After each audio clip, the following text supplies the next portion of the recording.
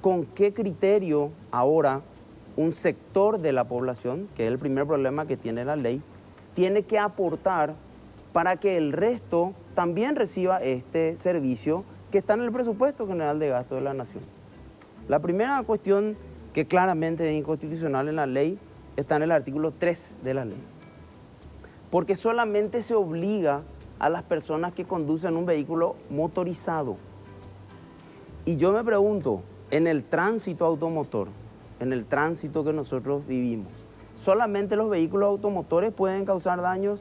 No. Ciclistas y peatones también. Ciclistas, peatones, los carritos, todas esas personas pueden causar daños. O sea, al cruzar una calle en el lugar no indicado adecuado, puede producir un accidente. Entonces, ¿por qué esas personas están exentas de este pago? Ahí es donde se nota, efectivamente, como decía el superintendente, que esta es una cuestión de solidaridad. Este no es un seguro en puridad. No es un seguro al punto que ni siquiera la persona está cubierta desde el momento en que paga, sino 6 meses después. Porque el grupo coasegurador, que es otro problema, tiene que fondearse para poder soportar los problemas que vienen con los gastos. El otro inconveniente que tiene claramente la ley es el artículo 4, que violenta el artículo 166 de la Constitución Nacional. ¿Por qué? Creo que ahí tenían un mail de una municipalidad. Porque le obligan a la municipalidad a requerir el SOAT para otorgar habilitación. Y el artículo 166 de la Constitución establece que las municipalidades gozan de autonomía. Vale decir... Atenta contra la autonomía municipal. Claro, no se le puede exigir a una municipalidad hacer o exigir un trámite previo para que ellos otorguen una habilitación o una patente o lo que sea. Eso es inmiscuirse en la autonomía municipal. Eso es evidente. El otro problema que yo encuentro también leyendo, porque hay que entender y la gente tiene que saber, está la Constitución Nacional, está la Ley 4950, que es la ley del SOAT. Que es la ley del SOAT, y están las resoluciones emitidas por la Superintendencia de Seguros. ¿Qué es la reglamentación? Que son las que reglamentan, pero es una resolución, son resoluciones muy importantes. Creo que son 2 o 3, me va a corregir el superintendente. Y yo, por ejemplo, acá en la resolución encuentro cosas que me parecen también complicadas, ¿verdad? La creación del grupo coasegurador, que es lo que se informó también el viernes, va a tener que designar administradores, va a tener que crear un directorio y ese directorio va a tener que ser comunicado posteriormente a la Superintendencia de Seguros. Lo que me parece acá contradictorio también con la Constitución, que por ejemplo en la fundamentación de la resolución 6113, dice, se deben prever disposiciones transitorias atendiendo que se requieren trámites de constitución del grupo coasegurador del SOAT que permitan la exclusividad de la prestación. No puede haber exclusividad en un ámbito de libre competencia como es el Estado de Derecho que nosotros tenemos. ¿Por qué una parte de ese contrato privado que es el seguro, que tiene sus particularidades evidentemente, pero finalmente es un acuerdo entre 2 particulares? ¿Por qué una de las partes va a administrar un fondo y la otra simplemente va a mirar y va a tener que responder si es que le obligan, como en estos casos, ¿verdad?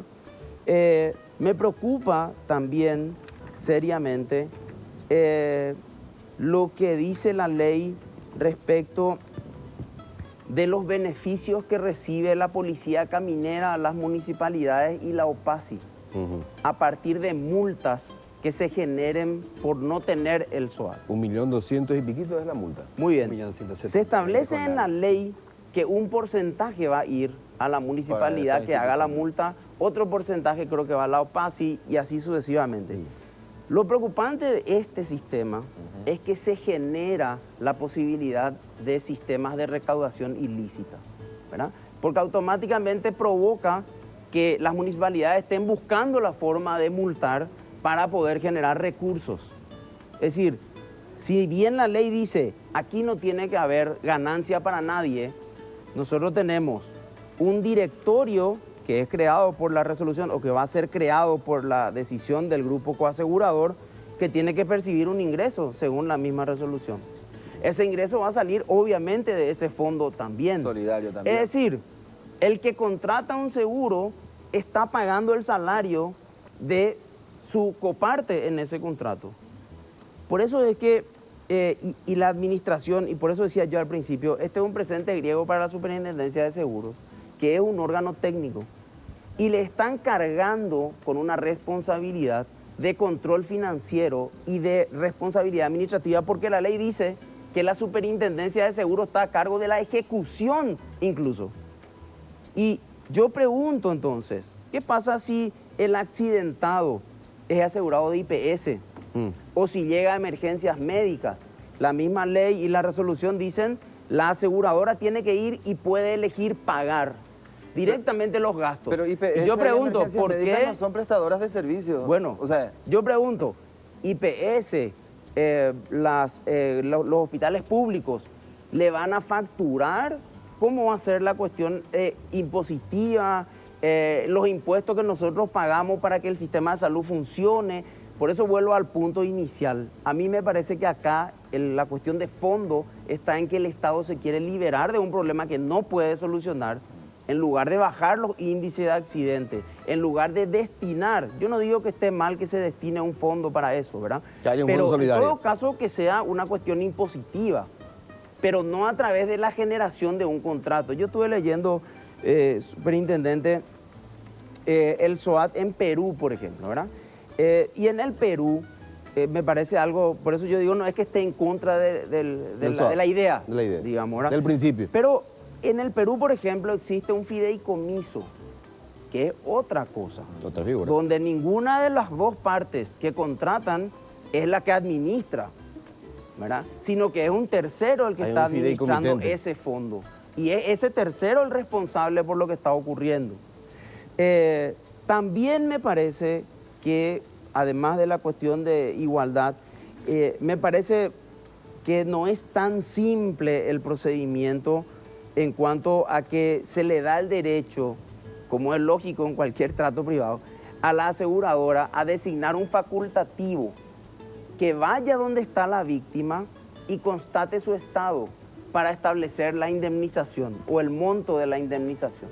Y dice la ley que tiene 30 días para hacer esta investigación. Y si el médico le dice a la aseguradora... Enviado por la aseguradora. Claro, no, esta indemnización llega hasta acá, ¿verdad? Entonces la aseguradora tiene el derecho de pagar hasta ahí. Y dice la ley también, si no está de acuerdo con el médico tratante, por ejemplo, emergencias médicas, y el médico de emergencias médicas le dice, no es así, es mucho más el daño que sufrió esta persona, resolverá un juez, dice la ley. La pregunta es, ¿qué juez? Primero, hay juez en lo civil, hay juez en lo laboral, hay juez en el tribunal de cuentas, en lo penal, en todos los ámbitos. De tránsito, ¿verdad? O sea, son cosas que pueden pasar desapercibidas, pero nosotros sabemos que en la práctica, imagínense que se dé esa situación. Mira, ¿ante quién recurrimos entonces?